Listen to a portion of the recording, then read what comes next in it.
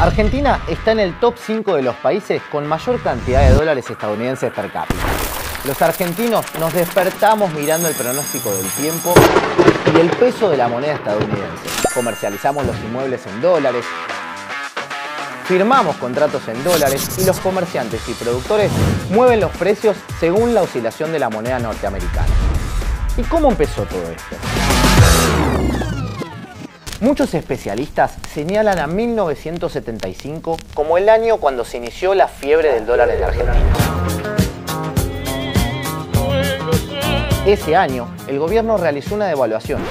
Llevó el dólar desde 10 hasta 86 pesos para fin de año. Entonces, el precio del dólar empezó a interesar no solo al mundo financiero y a las clases con mayor poder adquisitivo, sino también a las clases medias, a los jubilados y a los trabajadores. La moneda argentina ya no era confiable. El dólar paralelo no es algo del siglo XXI. Ni la inflación, ni el problema de los alquileres, ni tampoco el dólar turista. Es como vivir en el día de la marmota, ese que nunca se deja de repetir. Ese que nunca se deja de repetir. Con esta premisa, un creador argentino adaptó nuestro juego nacional, el estanciero, y creó el remando en dulce de leche. Con todos estos problemas que son tan nuestros como el mate. Muchas veces cuando se te perdía un billete del estanciero, para reponerlo salía más caro el billete del juego que su equivalente en peso argentino. Qué resistencia este, Aguantó todo lo que pudo, Rosas. No tengo dudas que en momentos de cuasimonedas, en medio de la confusión entre patacones, lecop, huarpes, bocade, incluso el peso devaluado, alguno habrá engañado a alguien pagándole con los billetes del estanciero. En todas las crisis económicas, la fiebre por el dólar crece, crece y crece, porque es la única variable que nos da algo de seguridad. Todo empezó a mediados de los años 70. El 25 de mayo de 1973, después de 18 años de proscripción, el peronismo volvió a gobernar el país. Para su regreso, Perón se había apoyado en sectores con pensamientos y expectativas muy diferentes. Lo único que los unía era la figura de Perón. Y a veces, ni siquiera eso. Internas dentro del peronismo, movimientos armados, sindicalistas, empresarios, exportadores, productores agropecuarios, cada uno con su agenda propia. Si Argentina no lograba encontrar estabilidad institucional, menos aún podría lograr estabilidad macroeconómica.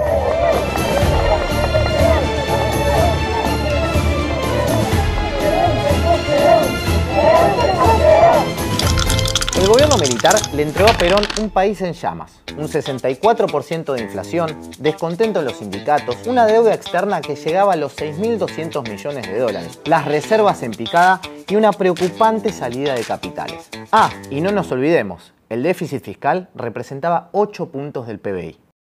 La tasa de desempleo era 6,6% y el salario real ya había caído más de 10. Este era el contexto en el cual se tuvo que desarrollar el plan económico.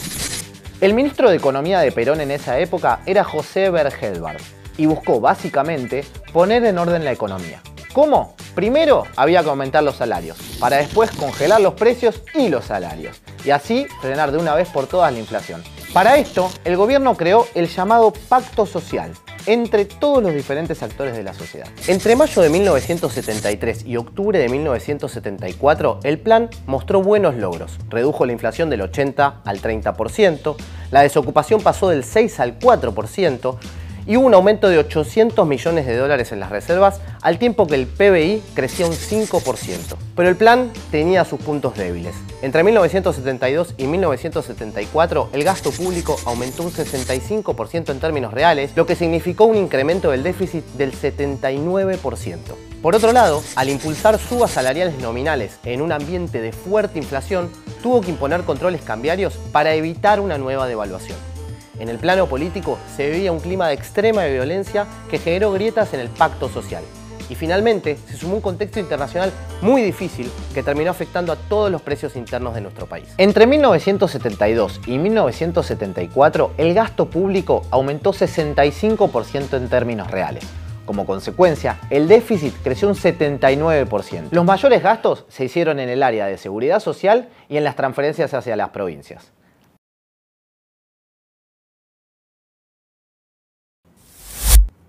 El 6 de octubre de 1973, una coalición liderada por Siria y Egipto atacaron a Israel en una represalia por la Guerra de los 6 días de 1967. Fue la guerra de Yom Kippur. Estados Unidos, como pasa ahora con Gaza, fue el mayor patrocinador de la ofensiva de Israel.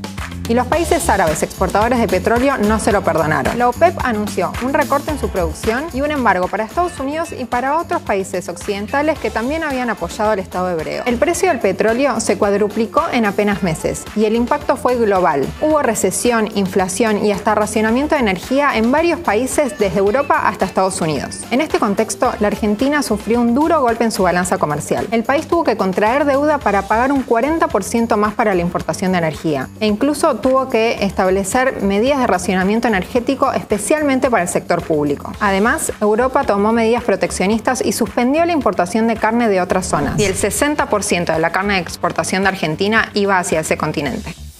En el plano doméstico, la muerte de Perón hizo que aumenten las divisiones internas dentro del peronismo y creciera la violencia política. En septiembre de ese año, Montoneros pasó a la clandestinidad. Finalmente, Bergelbar decidió dar un paso al costado. Así entró en escena Alfredo Gómez Morales, pero su mandato fue muy breve, duró solamente 9 meses en el cargo. La situación política se iba complicando cada vez más. Las organizaciones armadas intensificaron sus ataques, secuestros y enfrentamientos. Los grupos armados peronistas cuestionaban el programa económico considerándolo no peronista y crecieron los conflictos entre los empresarios y los sindicatos. Gómez Morales finalmente renunció y asumió en su lugar Celestino Rodríguez. Gómez Morales estuvo 9 meses, no hizo absolutamente nada. Política económica, 9 meses, pueden parir un monstruo o un ángel. Parieron un monstruo. El monstruo se materializó en el Rodrigazo. Celestino Rodrigo fue ministro de Economía solo por 48 días. Desde el 2 de junio al 17 de julio de 1975. Aplicó un plan de ajuste muy grande. En los primeros meses del 75 era obvio que algo iba a ocurrir, etcétera, etcétera. Pero yo creo que si yo hacía una encuesta referida a cuánto cree que va a aumentar la tarifa o el dólar, cosas por el estilo, nos íbamos a quedar cortos. El primer día duplican el tipo de cambio, duplican las tarifas, etcétera, etcétera, en el entendimiento, esto lo aclaró después Rodrigo, de que las paritarias habían aumentado 38% y que estaban cerradas. Se manda una devaluación brutal sin contemplar el mundo obrero. La clave es que nunca des una orden que no se va a poder cumplir. Y si vos crees que vas a poder devaluar el 100% las tarifas y que no vas a aumentar los salarios, estás dando una orden que no se puede cumplir. Su plan incluía una serie de medidas de shock que produjeron la devaluación del peso, un aumento de los servicios y de los combustibles hasta 180% y topes a los aumentos salariales acordados. Celestino también tenía un costado esotérico, era muy cercano a López Rega y gran admirador de su libro de esoterismo. Esas personas eran las que gobernaban la Argentina y las que fijaron la política económica que marcó la segunda mitad de los años 70. ¿Hoy? Al mes y medio, Rodrigo volvió a devaluar. En tanto, las reservas internacionales se desinflaban y pasaban de 1.400 millones de dólares a fines de 1974 a 700 millones en junio del 75. La perspectiva era una inminente cesación de pagos con una deuda externa de más de 10.000 millones de dólares. Cuando el trío Isabel, López Rega, Rodrigo limitó las paritarias a un 38% y luego al 40%, la CGT se plantó y decretó un contundente paro general de 48 horas. Rodrigo habló por televisión pidiendo por favor a la sociedad que acompañara su plan. Hacia el 1 de julio se conoció una cifra aterradora. Desde la muerte de Perón, hacía exactamente un año, habían muerto 433 personas por causas políticas, es decir, más de una por día. 10 días después, finalmente cae López Rega, el hombre más poderoso de la Argentina hasta el momento. Su salida era un triunfo de los líderes sindicales, hartos del titular de Bienestar Social y del favorito de la presidenta. El 21 de julio, Celestino Rodrigo renunció, 2 días después de que López Rega huyera del país. En los 49 días que ejerció como ministro, dejó preparado el terreno para lo que sería la política económica de Martínez de Hoz y la dictadura militar. Uy, la puta madre. Entre 1975 y 1976, la inflación llegó al 180% en promedio, mientras que el interanual superó el 400%. La presidenta entonces convocó a nuevos ministros de Economía. El último fue Emilio Mondelli, que ya no tenía mucho por hacer. En febrero de 1975 se autorizó al Ministerio de Economía a modificar los tipos de cambio, que ahora quedarían desdoblados. Se fijó el tipo de cambio comercial en peso ley 10 por dólar, el financiero en 15 por dólar y se impuso un tipo de cambio para viajes en el exterior de 21 pesos por dólar. Además, se obligó a liquidar las exportaciones 40% al tipo de cambio comercial y 60% al financiero.